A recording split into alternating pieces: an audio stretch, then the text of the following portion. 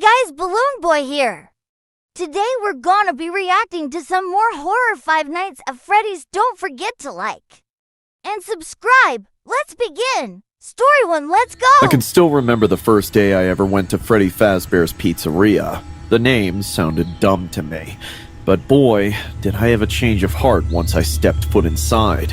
The air smelled like pizza, and the only sound I ever heard was playtime.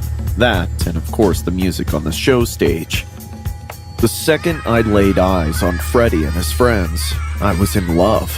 I don't know what it was about them, but I found them to be so magical.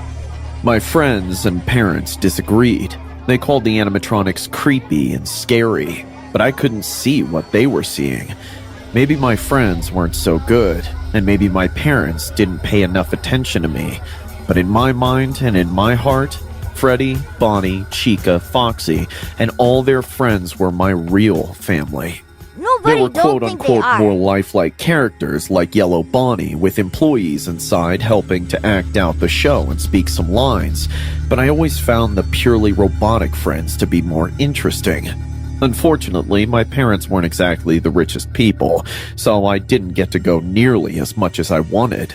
When I did get to go, I was the happiest kid on the planet. That's kind I of liked the games and the pizza, but the real draw for me was always the magic on the stage. Understandably, I was dying to know more about how it all worked, but I had no idea how I'd be able to satisfy my curiosity until one day I saw him. Is that William Ducking It was Afton? after one of the last shows of the day had ended. Freddy, Bonnie, and Chica were still standing on stage, but their suit friends had left. I was finishing my soda, about to go to the bathroom, when I saw a man in a staff t-shirt sitting alone at a table in the very back, eating a slice of pizza. I knew he wasn't the only worker, but something about him said he knew a lot about the animatronics. Even from across the room, I could tell he was sweaty, greasy, and scrawny, which made me think he was some kind of nerd. I excused myself to go to the bathroom, but instead I went to talk to him. "Excuse me, mister. Do you work here?" "I do." "What do you do?" "I play Yellow Bonnie. I'm just taking a break before the last show." "Really? Does that mean you know how Freddy and his friends work?" When I asked that question, the man grinned ear to ear, revealing strangely yellow teeth. "Of course I do. What would you like to know, little one?" With that, he had me hooked.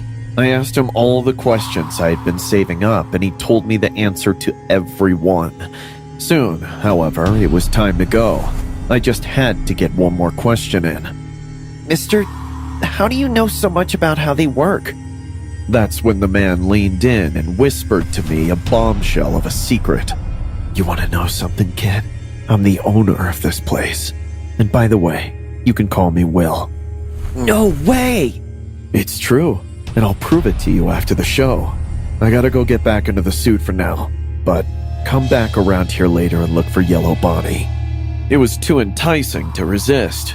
My parents wanted to go, but I convinced them to stay for the last show.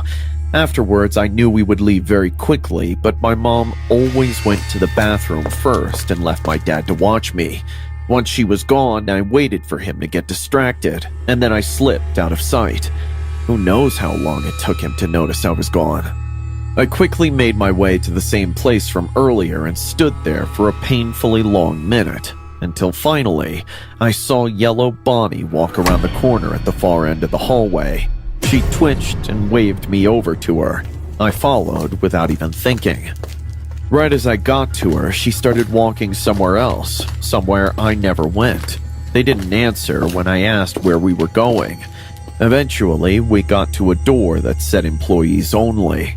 Yellow Bonnie. Hey guys, Balloon Boy here. Wow, that was intense. Hey! Don't forget to like and subscribe, okay? Let's go back! He opened the door and let me inside. As she turned on the light, my breath was taken away. Foxy was standing right in front of me. He wasn't on, though. Pirate Cove was closed for repair that day, and I was worried I wouldn't get to see Foxy at all. But suddenly, a miracle happened. "Thank you so much for letting me see Foxy, Mr. Will." "That's not all. I've been working on some issues with Foxy's circuits. Come closer and I'll open them up so you can get a better look at what makes the magic happen. A miracle turned into a dream come true. Mr. Will was able to take Foxy's chest and face off while wearing the yellow Bonnie suit, and then all the magical inner workings were revealed. Yet, all of a sudden, I had a sick, sinking feeling. The inner workings weren't magical. They were grotesque, like a mechanical jaw full of 1,000 steel teeth. When I took a step back in fear, Will reached out and grabbed my hand. I managed to slip away and run for the door, but before I could open it, both of my shoulders got clamped in the vice grip of Yellow Bonnie's hands. I had no hope of escaping her grasp then. I kicked and screamed, but no one came to help me, and I was powerless. Against my struggle, he stuffed me inside of Foxy, between all those horrible steel teeth, and then he closed me in by putting the pieces back on. I was trapped. Will looked me in the eyes with Yellow Bonnie's face. "Welcome to the family, Foxy. Try not to break down this time." He flipped a switch, and in an instant, I was toast. The pain was immense and all over my body, but it didn't last long. However, even after my heart stopped beating, I never left Foxy. I somehow was forced to become him, and now I spend every day stuck in Pirate Cove, watching other kids live normal, happy lives, totally unaware that I'm there and trying to desperately tell anyone about what happened to me. Although, Will has started to let us wander at night, and I hear there's a new security guard working the night shift. Well, I feel so bad for that kid. Poor guy William is evil. Anyway, stay tuned for the next reaction video. Till next time, children, Tata!